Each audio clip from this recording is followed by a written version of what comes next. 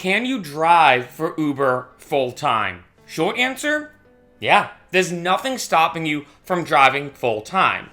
However, the bigger question for me is, should you? I've gotten this question a lot about driving for Uber full time versus part time.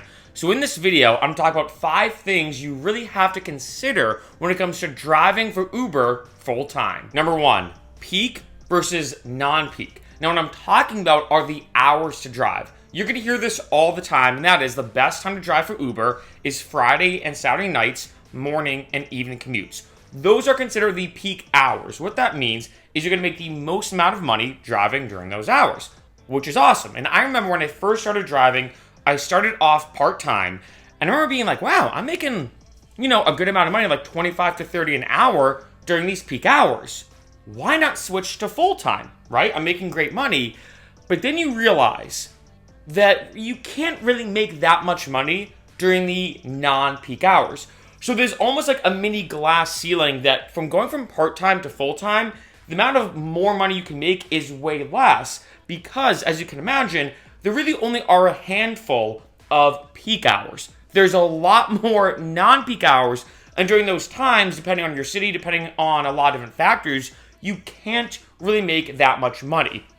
And that is a big thing I like to bring up right away when it comes to driving full-time, because if you are considering going from part-time to full-time and you're considering making that transition where you're relying on all that income to come from Uber, I do suggest try driving during the non-peak hours. Maybe you can make a good amount of money, and that would be awesome, but in a lot of cases you can't. This is all something to weigh out. Number 2, the mental stress. Now, this is more of a personal thing. Everybody's different. But I found once I started driving for Uber full-time, I found it was way more stressful. Because when I was driving for it part-time, I didn't have to rely on that income. Anything I really made from Uber was more of a great cherry on top, right? I'd be like, oh, wow, I made X amount of money. That's going to be good for a fun night out. That's going to be great to put in my savings. That's going to be good to save up for a vacation or save up for something I want. Like for me, I'm a DJ, an electronic music producer, and a YouTuber. So at the time when I was going hard into Lyft and Uber, driving for both of them a lot, I remember I was like, hey, I can buy a new piece of DJ equipment or something like that.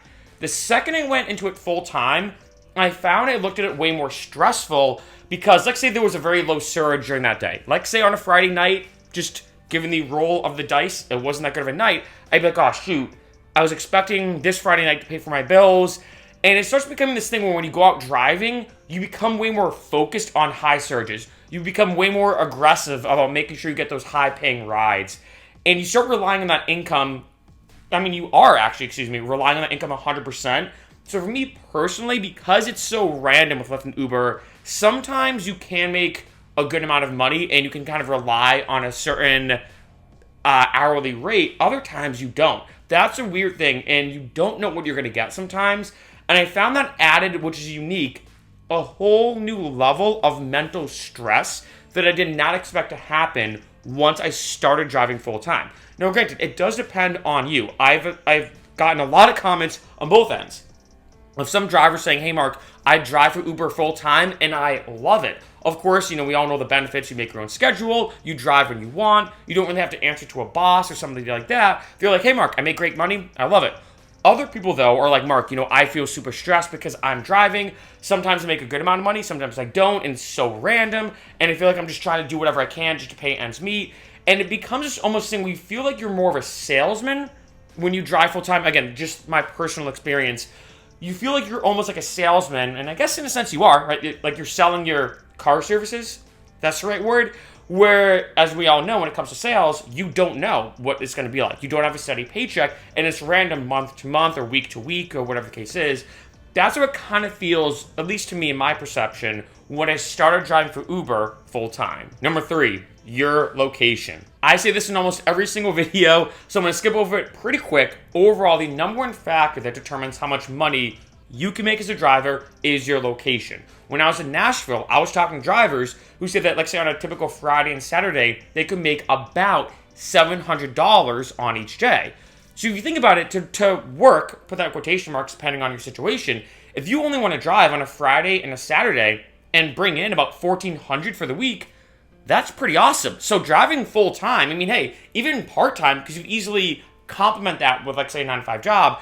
But let's say if you do want to go into it full time, $1,400 a week for only 2 days of work, not bad. In other areas, though, that is way less. I will say Nashville is way on the luckier end of the location spectrum in terms of how much money you can make, but this is a big factor. If you can't make that much money an hour because of your location, like say in a remote part of Ohio, Florida, other low-paying areas, well, driving full-time, you may have to rack up the hours just to make ends meet. Another big factor is employee situation versus independent contractor situation. This has been a big one. Overall, it depends state to state. City to city might have different rules too, country to country, even different continents. And that is this: are you an employee or an independent contractor? Because a lot of the clauses of you potentially becoming an employee or even staying as an independent contractor is a minimum hourly guarantee. So let's say in your area, because of this whole debate, they say, you know what, whether you are an independent contractor or employee, however the proposition goes, you're going to make minimum $15 an hour. Well, if you think about it, if you drive full time, you don't have to be stressed being like, oh man, I got to pay these bills. I don't know how much money I can make in the next hour or the next couple days. But if you know that you're guaranteed minimum $15 an hour, I feel like that's a lot more stable of an income and as a, just an accounting projection to know, okay, you know what? I know if I drive 10 hours, for example, minimum, I'm going to make $150. Minimum. If I make more than that, great. But let's say if I don't, let's say just a bad day, at least I'm guaranteed to make minimum $150 for driving 10 hours. This is all something to keep in mind, and it's all based on your location. Number 4, insurance. Now, there's 2 parts to this. 1, make sure you get rideshare insurance. This goes for both part-time drivers and full-time drivers, but especially for full-time drivers, as you can imagine, just statistics, the more you're on the road, the more likely something is to happen. This is why I always suggest as well, make sure you get a dash cam. I mean, I've seen some dash cams on Amazon that are like $20 or $30. That is so cheap compared to the hassle and the legal issues that it can save you. Get a dash cam and especially get rideshare insurance, because the last thing you want to do is be involved in some situation. You call your insurance company up, they did not know you're driving for Uber, and now they're like, hey, we're not going to cover you. And insurance companies will do anything they can and use any excuse they can to not cover you. The second thing now, especially here in America, if you're in another country, you can skip over this part, is health insurance. Now, if you work for another company and drive for Uber part-time, more likely than not, they give you benefits like dental, health, etc., and you don't have to really worry about this. But once you start driving full-time, you have to get your own health insurance. Lyft and Uber, like say if you want to drive for both, obviously in this video I'm mentioning Uber a lot, but this goes for both Lyft and Uber. They do help you a little bit with your health insurance. They put in new clauses, but it is super gray. It's a super gray area. It's not like a straight black or white situation where they say no health insurance or we give you health insurance. This also depends state to state. Like I said, with the employee versus independent contractor situation, depending on a new proposition that gets passed, it's a nightmare for health insurance. For me, because I'm an entrepreneur, I am a musician and a YouTuber, I have to pay health insurance out of pocket.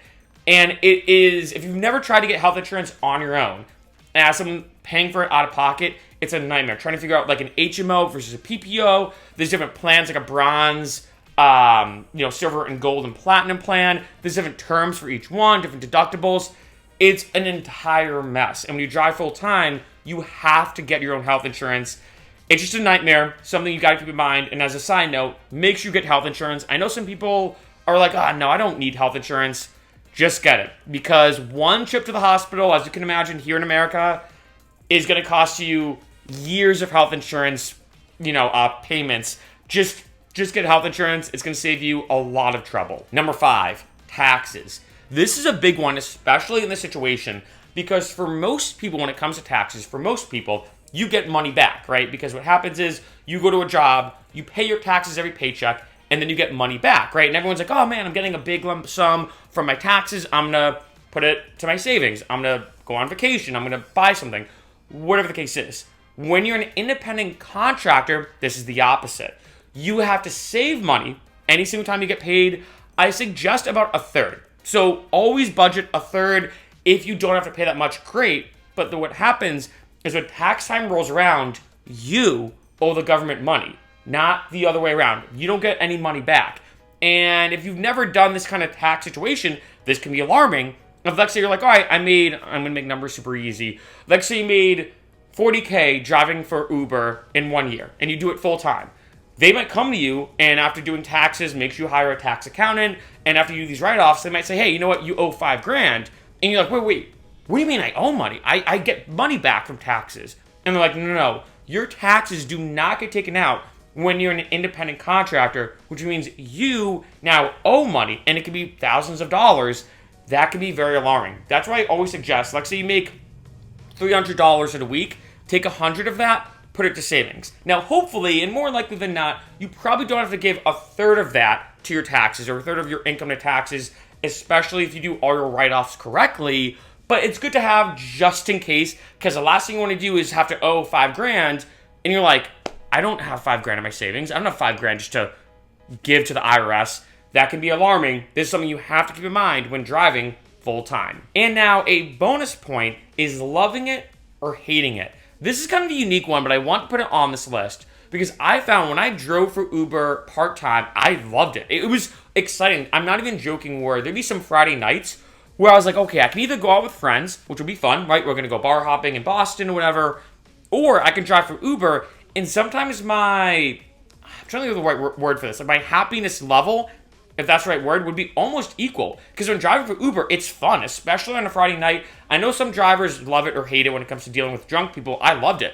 I thought it was a lot more fun and exciting than driving people to work in the morning who don't want to go to work. And it's almost depressing, if anything.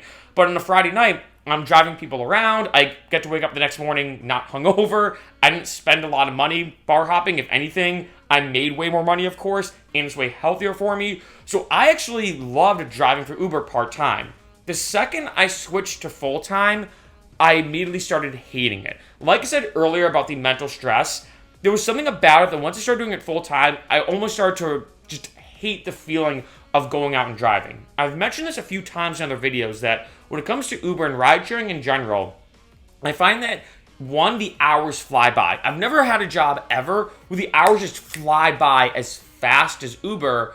However, it's also extremely tiring. I don't know what it is, but there's something about it. Like if I was going to drive for 4 hours, those 4 hours would fly by in a second. But there's something about it that afterwards I'd be drained. Just like I did a crazy workout, like both physically and mentally. I'd just be super just, I need to relax and take a break. Like there'd be even some times where I'd get back from driving and be like, all right, I should work out, right? I should do a nice workout. Obviously, I'm just too dead. I'm just too drained. And so after a while, it started to really kind of eat away at me that I just didn't like driving full-time compared to part-time, because part-time, it was fun to do it because you didn't have to. Once you start driving full-time, you have to. If you don't drive, you can't pay your bills. Now, like I said as well earlier, this really depends person to person, and a big factor of this is your location. Like I said, the number one comment wars I get on this channel is about driving full-time, where some people say, Mark, I drive full-time and I love it and it's awesome and blah, blah, blah. I get to spend more time with my family. I get to save up for a vacation. I can go travel whenever I want. I don't have to answer to a boss.